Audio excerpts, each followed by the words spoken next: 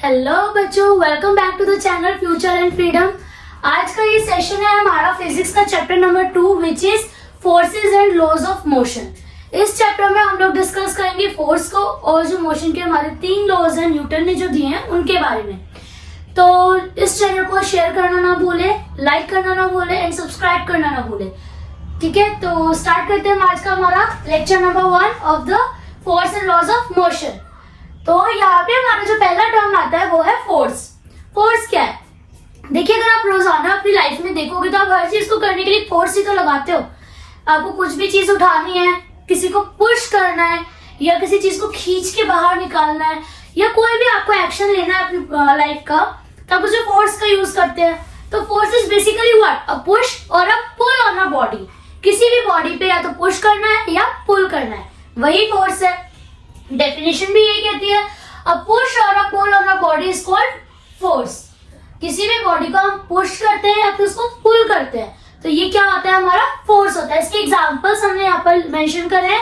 Pushing, किसी चीज को पुश करना, पुल करना, किसी चीज को स्ट्रेच करना, उसको ट्विस्ट करना, या फिर आप उसको उठा रहे, लिफ्ट कर रहे हैं, किसी चीज को प्रेस कर रहे हैं। आपको हर एक्शन में किस चीज का रिक्वायरमेंट होगा? फोर्स की रिक्वायरमेंट होगी। अब देखो, फोर्स क्या है ना, फोर्स एक क्वांटिटी ऐसी है जिसको आप देख नहीं सकते। Can you see it? मैंने इस पे फोर्स लगाया, कि आपको दिखेगा कि फोर्स का है? नहीं दिख सकता ना। तो फोर्स को मेजर करने की क्या तरीके हैं? आप कैसे पता लगाएंगे कि इसमें फोर्स लगा है? तो जब भी फोर्स लगेगा कुछ चेंजेस आएंगे, कुछ इफेक्ट्स होंगे उस फोर्स के। ठीक है, तो उन इफेक्ट्स को वन बाय वन डिस्कस कर लेते हैं। पहला इफेक्ट कहता है कि force can move a stationary body. Stationary body को फोर्स जो है वो मूव करा सकता है। फॉर एग्जाम्पल, मेरे पास ये मार्कर का कैप है, अब मैंने हाथ में पकड़ा हुआ है। ठीक है, तो ये क्या है? स्टेशनरी है, मूव तो नहीं कर रहा, अपनी जगह पर है, रेस्ट पोजीशन में। अब मैंने इसको फोर्स लगाया तो ये क्या किया? मूव करा।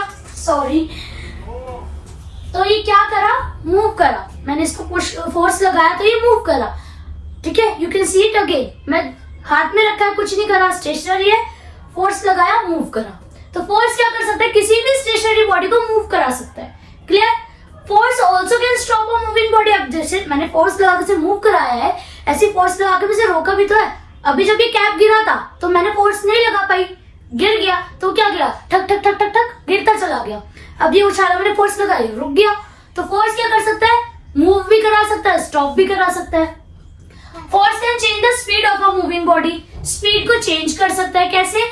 आप साइकिल चला रहे हो फॉर एग्जाम्पल, अब आप अगर धीरे धीरे पैडल करोगे तो साइकिल धीरे चलेगी। आपकी स्पीड, आपका फोर्स पैडलिंग का बढ़ेगा तो क्या होगा? साइकिल की स्पीड भी बढ़ेगी। तो फोर्स की मदद से आप स्पीड भी चेंज कर सकते हैं।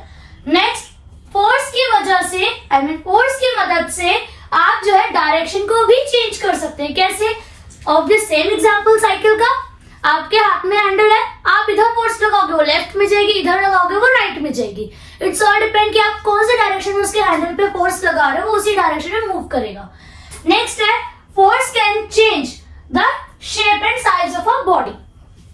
आप इसका एग्जांपल ले लो, एम्प्टी बॉटल, कोई खाली सी बॉटल, मैं उसको ऐसे क्रश करूंगी तो वो इजीली क्रश हो जाएगी। क्या हुआ? फोर्स लगाया, साइज चेंज हो गया, उसका शेप चेंज हो गया। क्लियर? अब इसी जगह पे अगर मैं एम्प्टी बॉटल ना लेकर के कोई आयरन बॉल ले लूं, लोहे का कोई बॉल शेप मटेरियल ले लो, ऑब्जेक्ट ले लो, तो मैं उस लोहे को दबाऊंगी तो चेंज नहीं होगी शेप, साइज चेंज नहीं होगा। इसका मतलब ये नहीं कि हमने फोर्स नहीं लगाया। इसका मतलब ये है कि ऑब्जेक्ट टू ऑब्जेक्ट ना फोर्स वैरी करता है। कहीं पे थोड़ा सा फोर्स लगाने पे चेंजेस हो जाता है, कहीं पे हमें ज्यादा फोर्स लगाना पड़ता है।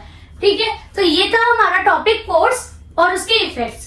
इसके बाद हमारा जो टॉपिक आता है वो आता है बैलेंस्ड और अनबैलेंस्ड फोर्स। बैलेंस और अनबैलेंस्ड फोर्स में क्या है? चलिए इसको भी अच्छे से एक बार डीप डिटेल में पढ़ लेते हैं। फॉर एग्जाम्पल, ये एक सरफेस है और मैंने ना यहाँ पे एक बॉक्स रख दिया और this is a heavy box.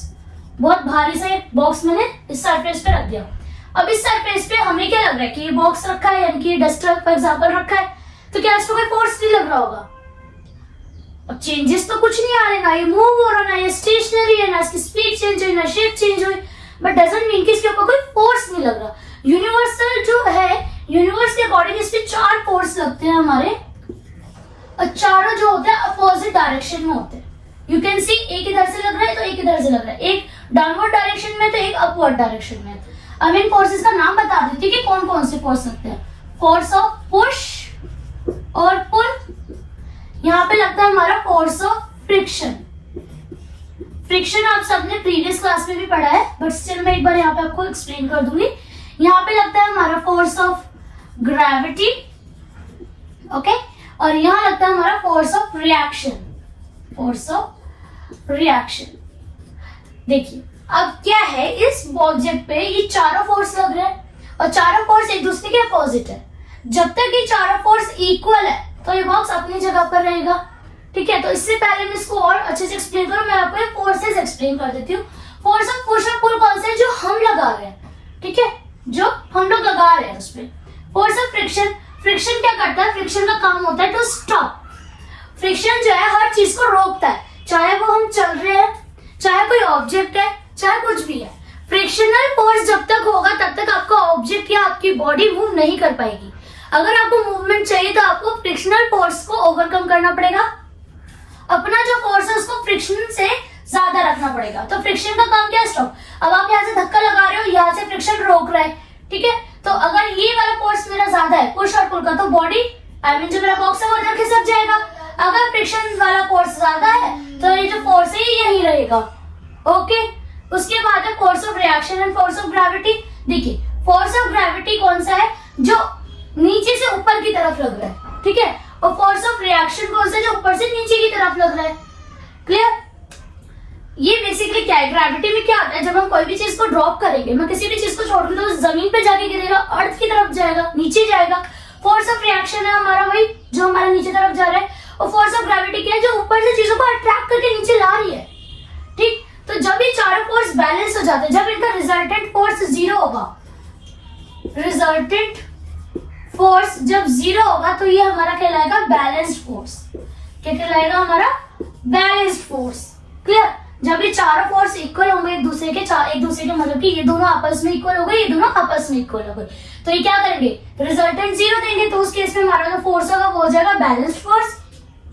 और अनबैलेंस्ड के केस में क्या होगा, अनबैलेंस्ड फोर्स के केस में रिजल्टेंट फोर्स जो है वो जीरो नहीं होगा, रिजल्टेंट फोर्स जीरो नहीं होगा। नाम से समझ आ रहा है ना, बैलेंस है, यानी कि चारों फोर्स जो है वो बैलेंस करके रखे तभी ऑब्जेक्ट अपनी जगह पर है। अनबैलेंस में नाम से पता चल रहा है कि ऑब्जेक्ट अनबैलेंस है, फोर्स उसका यानी कि फोर्स जो है वो जीरो के इक्वल नहीं है। कुछ फोर्स है तो ऑब्जेक्ट जो होगा, आपका जो भी बॉक्स है वो क्या है, मूव करेगा। तो जब फोर्स जीरो है तो इसमें मोशन नहीं हो सकता, नो मोशन है। यहाँ पे जो है बॉक्स के अंदर कोई मूवमेंट नजर नहीं आएगी, ठीक है, मूवमेंट जो होगी यहाँ पे वो नहीं होगी। बट अनबैलेंस फोर्स में मूवमेंट होगी, there will be a motion. अच्छा, अब इसमें मूवमेंट नहीं है तो ये क्या करेगा, ज्यादा से ज्यादा इसका शेप चेंज कर देगा, शेप चेंज कर देगा या इसका साइज चेंज कर देगा। यहाँ पे ऑब्वियसली शेप भी चेंज हो सकती है, साइज भी चेंज हो सकता है आपका, ठीक है, मूवमेंट भी होगी, शेप साइज भी चेंज हो जाएगा। तो ये थे हमारे बैलेंस्ड फोर्स और अनबैलेंस्ड फोर्स। कोई भी ऑब्जेक्ट अगर अपनी जगह पे फिक्स है तो इसका मतलब उसके ऊपर बैलेंस फोर्स लग रहा है। जैसे मैं अपनी जगह पे फिक्स खड़ी हूँ, इसका मतलब मेरे ऊपर बैलेंस फोर्स लग रहा है, इधर लेफ्ट राइट अपवर्ड डाउनवर्ड चारों डायरेक्शंस में। और अगर मैं मूव कर पा रही हूँ तो इसका मतलब मैंने क्या करा है, मेरे ऊपर जो फोर्स लग रहा है वो अनबैलेंस्ड है, मतलब कि जो फोर्स है उसमें डिफरेंस है, मतलब कि पुश और पुल का फोर्स ज्यादा हो सकता है, फ्रिक्शन का कम होगा, तभी तो मैं मूव कर पा रही हूँ, ठीक है। अच्छा, जो ये इंपॉर्टेंट क्या है, इसमें फोर्स ऑफ रिएक्शन और फोर्स ऑफ ग्रेविटी जो है, यही एक रीजन है, ये तो फोर्स रीजन है कि हम जो है अर्थ के सरफेस पे चल पाते हैं, ठीक है। क्योंकि अगर आप देखोगे ना, मून पे ग्रेविटी नहीं है, इसलिए क्या है, वहां पे सब कुछ हवा में है, क्लियर। और अर्थ पे ग्रेविटी होने की वजह से हम अर्थ की सरफेस पे, उसकी सतह पर चल पा रहे हैं। तो ये था हमारा बैलेंस और अनबैलेंस फोर्स, क्लियर। अगर आप डेली लाइफ में देखोगे तो आपको बैलेंस फोर्स के बहुत सारे एग्जांपल्स नजर आ जाएंगे और आपको अनबैलेंस के भी दिख जाएंगे, क्लियर है। तो चलिए, ये तो हमारा फोर्स। इसके बाद हम स्टार्ट करते हैं laws of motion. Laws of motion में न्यूटन ने हमें 3 लॉ दिए थे, और उन लॉज का जो है बेसिक रूट क्या है, उन लॉज का मतलब उन लॉज की जरूरत क्या पड़ी, वो क्या कहना चाहते हैं लॉज। तो जो लॉज ऑफ मोशन है ये स्टैब्लिश करते हैं relationship between motion of a body, ठीक है, और फोर्स। फोर्स और मोशन मतलब फोर्स और बॉडी के जो मोशन है उसके बीच का जो रिलेशनशिप है वो ये एस्टैब्लिश करता है, ये बताते हैं कि फोर्स पे कौन सी बॉडी में कितनी मूवमेंट कैसे आएगी, ठीक है। तो चलिए स्टार्ट करते हैं फर्स्ट लॉ। फर्स्ट लॉ जो है वो ये कहता कहता है अ बॉडी, यहाँ पे मैं मेंशन कर देती हूँ first law, a body at rest will continue at rest, will continue at rest, and a body in motion will continue in motion with a uniform speed in a straight line, with uniform speed in a straight line. मतलब कि until unless, पूरा कर देती हूँ मैं एक बार इसको, until unless there is no external force applied,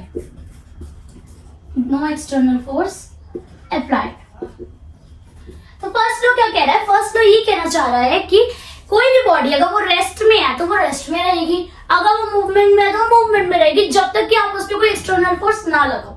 ठीक है, अब जैसे ये डस्टर है, मैं जब तक इस पे फोर्स नहीं लगाऊंगी ऐसे ही पड़ा रहेगा, राइट? टेबल में बुक रखी है, आप फोर्स मत लगाओ, ऐसे ही पड़ी रहेंगी, आप 2 दिन तक मत छोड़ो, 2 दिन तक पड़ी रहेंगी। ठीक है, तो किसी भी बॉडी को मूव कराना है तो क्या लगाना पड़ेगा? फोर्स लगाना पड़ेगा। और कोई भी बॉडी अगर मूव कर रही है ना तो उसे रोकने के लिए भी हमें फोर्स लगाना पड़ेगा। ऐसा नहीं कि बस उसको मूव कराने के लिए फोर्स चाहिए, कोई ऑब्जेक्ट, कोई बॉडी का मूव कर रही है तो उसे रोकने के लिए भी हमें फोर्स की जरूरत होती है। ये समझ आया? ये तो फर्स्ट लॉ। अब इसमें क्या आता है ना, इसमें एक वर्ड आता है इनर्शिया। पहले इनर्शिया समझ लेते हैं, फिर इसकी कनेक्टिविटी बताती हूँ मैं कि फर्स्ट लॉ से इसकी कनेक्टिविटी क्या है। Inertia is a property, it is a property of a body, it is a property of a body due to which a body resist change in its state of motion,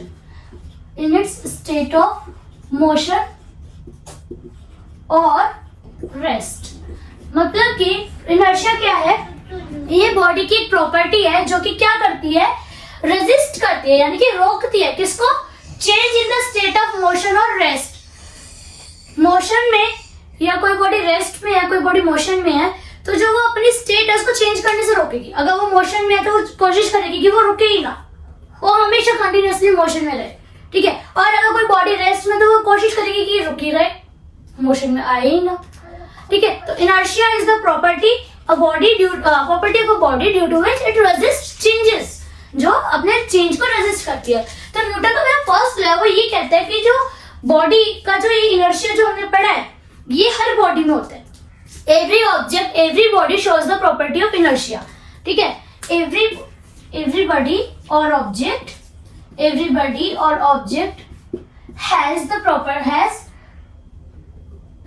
has some inertia. ऐसी कोई चीज नहीं है, ऐसी कोई object, ऐसी कोई body नहीं है जिसके अंदर इनर्शिया ना हो। ठीक है, कैसे? जो इनर्शिया है वो क्या कर रहा है? रेजिस्ट कर रहा है चेंज को। और फर्स्ट लॉ क्या कह रहा है कि जो जैसी पोजीशन में है वो उसी पोजीशन में रहेगा जब तक कि आप उस पर कोई एक्सटर्नल फोर्स नहीं लगा रहे। ठीक है, तो this is the first law. इसकी कुछ एप्लीकेशंस देख लेते हैं। जैसे कि पहली एप्लीकेशन में आपको बता दूं, यहाँ पे देख लेते हैं एप्लीकेशन। मूविंग बस, आप बस में बैठे हो, ठीक है, तो बस में क्या हो रहा है? अब बस चल रही है, आप भी चले जा रहे हो, ड्राइवर ने बस पे फोर्स लगाया और ब्रेक लगा दिए, बस तो रुक गई, बट आपकी बॉडी जो चले जा रही थी वो कोशिश करेगी कि चलती रहे, इसलिए जैसी ब्रेक लगती है आप थोड़ा सा आगे को झुक जाते हो, क्योंकि बस तो रुक गई ना फोर्स लगाने से पीछे, बट आपकी बॉडी वांट्स टू बी कि मूव करती रहे। इनर्शिया है हम सबकी बॉडी में, तो वो क्या करती रही? वो आगे की तरफ बेंड हो गई। समझ आया? यही जो कॉन्सेप्ट है आपका कार में यूज होता है। जब आप सीट बेल्ट लगाते हो, जैसे ही ब्रेक लगी कार तो रुक गई, बट आपकी बॉडी आगे को बेंड हो जाएगी, क्योंकि आपकी बॉडी में क्या है? इनर्शिया है, व्हिच इज सेइंग कि डोंट स्टॉप, जस्ट मूव। और बेल्ट से क्या हुआ? आप रुक गए, है ना। और अगर बस में भी क्या होता है, जैसे ही बस रुकी, अगर आप किसी चीज को पकड़ के खुद को रोकोगे नहीं तो आप क्या करोगे? आगे गिर जाओगे। क्लियर है? तो मूविंग बस, और यहाँ पे मैंने आपको कोई एग्जांपल दे दिया, seat belt of a car, seat belt of car. ठीक है, इसके अलावा आप अगर देखोगे ना कि चलती बस में से कभी कूदने की कोशिश मत करना, चलती बस से कूदने की कोशिश मत करना, बट आप देखना क्या होता है ना, जैसे बस रुक गई और आप उससे चलती बस से उतरना चाहते हो, बस तो आगे जा रही है, तो आपकी बॉडी भी क्या करेगी? बस के साथ आगे जाना चाहेगी। बट अगर आप उसको उतरने की कोशिश करोगे तो क्या होगा? चेंजेस आएंगे, तो जिसकी वजह से क्या होता है? हर्ट होता है, मतलब कि चोट लग जाती है, नुकसान हो जाता है। ठीक है। तो चलती बसों से कूदना नहीं है, क्योंकि इनर्शिया चेंज होता है। एक्चुअली क्या होता है ना कि अगर आप इनर्शिया को सडन चेंज दोगे तो चोट आएगी, तो नुकसान आएगा। अगर आप धीरे धीरे चेंजेस लाओगे तो नहीं होगा। जैसे कार में सीट बेल्ट का एग्जांपल है, अब चलती बस से उतरना, आप रुक कर उतरोगे तो कोई नुकसान नहीं है, बट आप चलते हुए में उतरने की कोशिश करोगे, आप भागते भागते कार ने ब्रेक लगी, आप यूं रुकने की कोशिश करोगे तो नुकसान होता है। तब आपका इनर्शिया अगर एकदम से चेंज होगा तो वो आपको हार्म पहुंचाएगा। ये क्लियर है? तो ये हमारा इनर्शिया था। इनर्शिया में मैंने आपको बता दिया कि प्रॉपर्टी है बॉडी की। तो इसका एक और कॉन्सेप्ट है जो ये कहता है कि greater inertia is equal heavier object. उल्टा लिख दिया मैंने एक्चुअली।